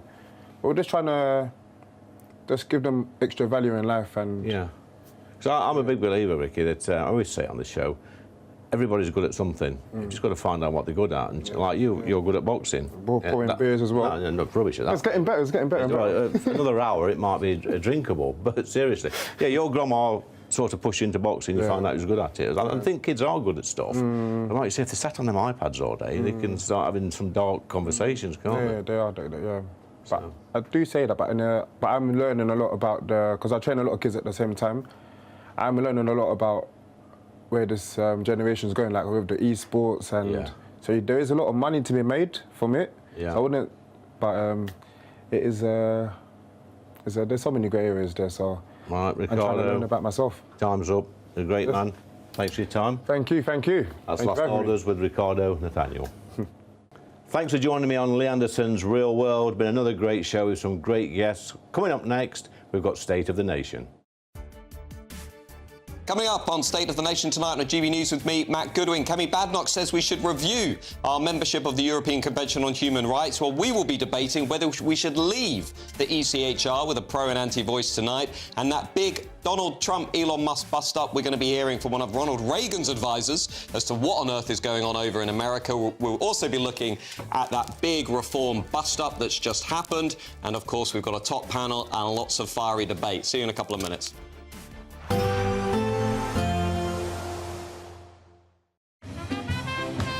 There will be a light breeze in the morning, leading to a warm front. Boxed heat pumps, sponsors of weather on GB News.